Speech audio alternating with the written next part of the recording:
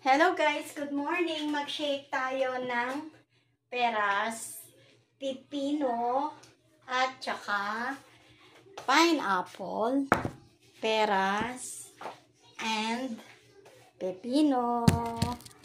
Then, so andito na siya. Lalagay natin siya sa lalagyan. Like this. And then, lagay na natin. Add a little bit of water like this. Then, sealed natin.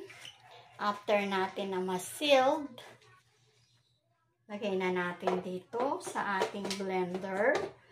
May AC kung functional. Ang galing! Wow!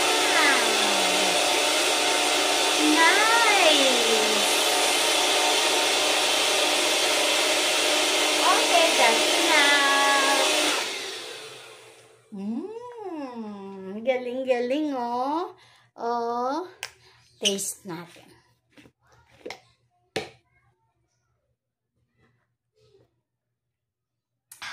Perfect! Yung nagmi-mix yung pineapple doon sa pipino. Very healthy. Then, mas maganda to i-chilled muna natin. Tsaka natin iinumin paunti-unti. Ang sarap kaya. Try nyo. Sarap. Sarap.